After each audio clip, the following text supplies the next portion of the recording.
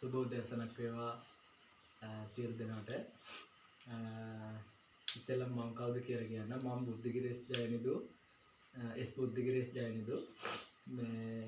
මම මේ වන විට පුත්තලම අධ්‍යාපන කලාප කාර්යාලයට අනුයුක්තව පුත්තලම මහා කාර්යාලයේ පාසලක අධ්‍යයන කටයුතු ඉගෙනීම් කටයුතු සිදු කරමින් ඉන්නේ. එතකොට මම මෙහෙම වීඩියෝ එකක් කරන්න හිතුවේ ඇත්තටම දැන් මේ අවුරුද්දේ 6 වසරට බාර දුන්න දෙමාපියන් දරුවන්ගේ දෙමාපියන් වෙනුවෙන්. මොකද අම්මේ තාත්තේ ඔයාලගේ දරුවන්ට එන අලුත් අධ්‍යාපන ක්‍රමය. ඔයාලා නිකන් වචනෙන් අහලා තියෙනවා මොඩියුල් අධ්‍යාපන ක්‍රමය කියලා. අන්න ඒක ගැන ලොකු බිල්ලෙක් සමාජයේ මවනවා. අන් ඒක පොඩ්ඩක් ඔයගොල්ලන්ට විස්තර කරලා කියන්න මට ඕන උනේ. මම කියන්නේ පොඩ්ඩක් සාවධානව තේරුම් අරගෙන අහගන්න. අම්මේ තාත්තේ මෙතෙන්දී දැන් මොකද්ද මේ නව අධ්‍යාපන ක්‍රමයක් කියන්නේ? නව අධ්‍යාපන ක්‍රමයක් කියන්නේ අර තියෙන අධ්‍යාපන ක්‍රමය තියෙන ගැටලුවක් නිසා අධ්‍යාපන ක්‍රමය වෙනස් කරලා අලුතෙන් උගන්වනවා. එතෙන්දී ඔක්කොම වෙනස් වෙන්නේ නැහැ. උගන්වන ගුරුවරු ටිකමයි උගන්වන්නේ. අර ඉගෙන ගන්න ඉන්න ළමයි ටිකමයි ඉගෙන ගන්නේ. උගන්වන්න තියෙන ඉස්කෝලවලමයි උගන්වන්නේ. එතකොට අම්මේ තාත්තේ ඔතෙන්දී වෙන කාරණේ තමයි ලෝකේ දවසෙන් දවස තප්පරෙන් තප්පරේ දියුණු වෙනවා. මොකද ඔයා අපි මම මේ කතා කරන වෙලාවේ ඔක්ස්ෆර්ඩ් යුනිවර්සිටි එකේ විශේෂිත රිසර්ච් එකක් කරලා බාගද අලුත් රොබෝ කෙනෙක් හදනවා.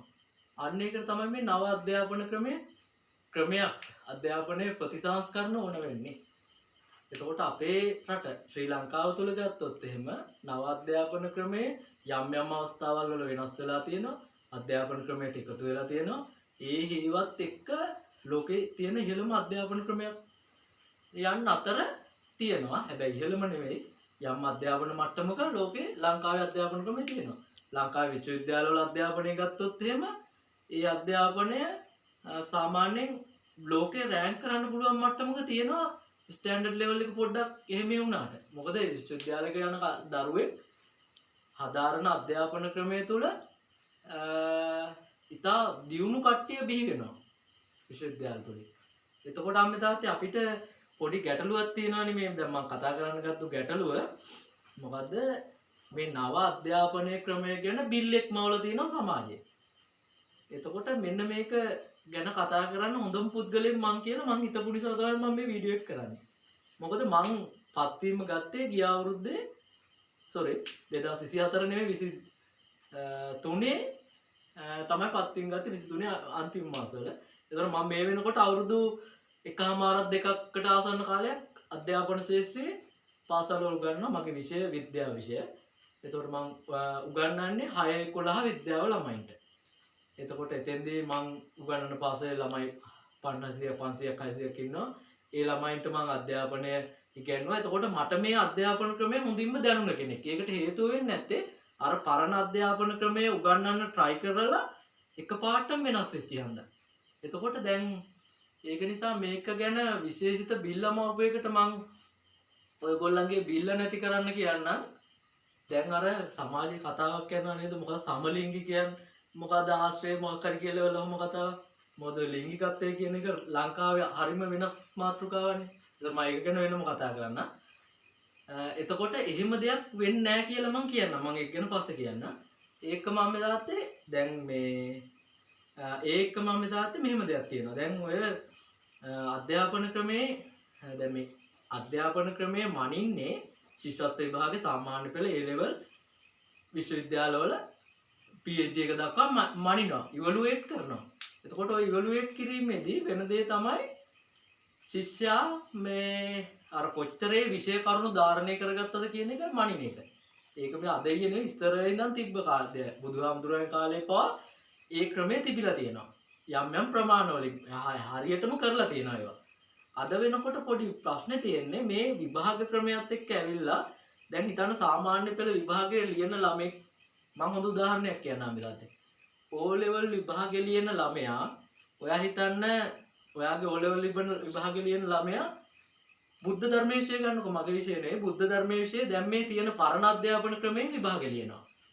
ලියන ළමයා බුද්ධ ධර්මයේ විෂය ලියන ළමයා පන්සිල් පද පහම කඩනවා. බුද්ධ ධර්මයේ මූලික හරේ පන්සිල් පද පහ කියන්නකො. කඩන ළමයි ඉන්නවා ලංකාවේ කොළඹ ගම්පහ ඔය සමහර දිස්ත්‍රික්කවල පන්සිල් පද පහම කාමයේ මිත්‍යාචාරය නම් කඩන ළමයි ඉන්නවා පාසල් පද්ධතිය. එතකොට එහෙම ළමයි 11 වසරට ඇවිල්ලා ඒ ළමයා හොද්දට අර පොත් ටික පරිහරණය කරලා ඒ ළමයා පන්සිල් පද පහ කාඩන ළමයා හොද්දට පරිහරණය කරලා ඒ ළමයා විභාගෙ ලියනවා. ඒ ළමයට එනවා බුද්ධ ධර්මයට ඒක. අනිත් විෂයන් වලටත් ඒ අරගෙන ඒ ළමයා විශ්වවිද්‍යාලෙ ගිහිල්ලා අර ළමයා හොඳ ප්‍රධානියෙක් රාජ්‍ය ආයතනයක ප්‍රධානියෙක් වෙනවා. වෙලා ඉවරලා මොකද්ද වෙන්නේ? එයා එතෙන්ට ගියත් පන්සිල් පද පහ කඩනවා. හැබැයි මේ අලුත් අධ්‍යාපන ක්‍රමය ඉගෙන ගන්න ළමයා දැන් ඔය 6 වසරේ මොඩියුල් ක්‍රමය යටතේ ඉගෙන ගන්න ළමයා. ඒ ළමයා ඉවලුවේට් කරලා අර මේ එකපාර ලකුණු දීලා පේපරයක් මනින්නවන් වෙනුවට වෙන්නේ 170 වල ලකුණු දෙන්නේ උගන්වන ගුරුවරයා. උගන්වන ගුරුවරයා 170 වල ලකුණු දෙනකොට ඒ ගුරුවරයාට පුළුවන් ඒ ළමයා හොඳ අධීක්ෂණයක් 6 ඉඳන් 11 වෙනකම් කරන්න. ඒ ළමයා 6 ඉඳන් 11 වෙනකම් හොඳ අධීක්ෂණයක් කරනකොට ඒ ළමයාට පුළුවන් මේ ළමයා නිකන් මං කියන්නම් ඒක ඉතින්දී බුද්ධ ධර්මයේ ඉවලුවේට් කරන ක්‍රමය වෙනස්.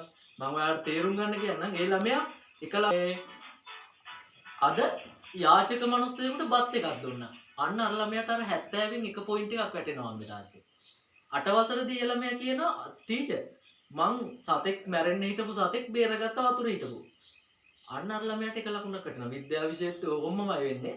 එතකොට අන්න එහෙම ඒ ළමයා 6 ඉඳන් 11 වෙනකන් අධ්‍යයනය වීමක් කරනවා. එතකොට ඔයාගේ ළමයා ඔයා දැනගන්න ඕනේ අම්මේ තාත්තේ හරියටම හොඳ ළමෙක් කරලා හදන්න. ඔයා බුද්ධ ධර්මයේ විෂයට යවනවා නම් වෙනත් ආගම් විෂය කතෝලික මොන ආගමේ තියෙන දර්ශනය හරිද?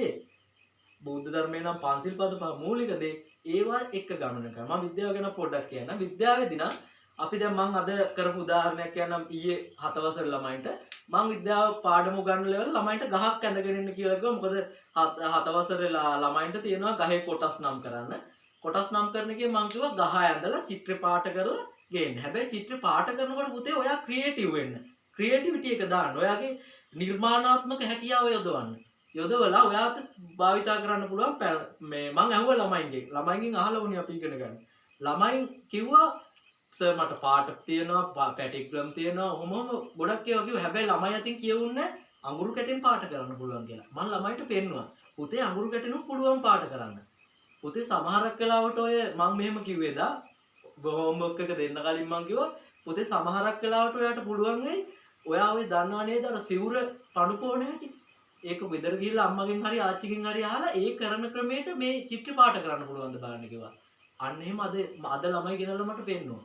අන්න එහෙම ක්‍රියේටිව් ළමයි හදන එක තමයි මේ අධ්‍යාපනය. එක ළමෙක් අඳගෙන ඇවිල්ලා තිබ්බා. ඒ ළමයා පාටත් වලිනුත් පාට කරලා කොළ කඳ පාට කරලා දියසායන් වලින් පෝච්චිය පාට කරලා අඟුරු වලින්. අන්න බලන්න ක්‍රියේටිව් ළමයා. අන්න එහෙම ළමෙක් හදලා ඉවරලා ඒ ළමයා ලෝකෙට දායාද කරාම ඒ ළමයා කවදා හරි මේ ලෝකය වෙනස් කරන ළමෙක් වෙනවා. අන්න ඒකයි මේ අධ්‍යාපන ක්‍රමයෙන් බලාපොරොත්තු වෙන්නේ. ඒතකොට මට ඕන වුණේ ඔයාලගේ තියෙන බය දුරු කරන්න. කිසිම හේතුවකට බය වෙන්න එපා. මේ අධ්‍යාපන ක්‍රමයේ සමලිංගිකෙන් කරලා ළමයි ලිංගිකත්වයට යොදවලා කරවන්න හදනව නෙවෙයි. දැන් අධ්‍යාපන ඇමති විදිහට ඉන්න හරිනි අමරසූරියන් මෙනවිය ඉඳන් ඒ කට්ටියගේ ප්ලෑන් එක තියෙන්නේ හොඳ ප්ලෑන් එකක්. මොකද ඕවා මේ ඉබේ ගෙනල්ලා පැල කරන ඒවා නෙවෙයි. ඕවා රිසර්ච් කරලා රටවල් වල ක්‍රියාත්මක කරපු අර පොහොර ගෙනල්ලා ලංකාවට බෙදුවා වගේ නෙවෙයි. බෙදෙන එක නැවැත්තුවා වගේ. ඒක නිසා මම කියපු දේ සාවධානව වීඩියෝ එක ආයෙසරයක් රිවයිස් කරලා බලන්න. ඔයාට බලන්න මෙහෙම ඔයාට මේ අධ්‍යාපන ක්‍රමය ගැන සැකයක් තියෙනවා නම්. හරි අම්තාටි අදට මම ඔබෙන් සමුගන්න ආයෙ වීඩියෝ එකකින් හම්බ වෙනවා.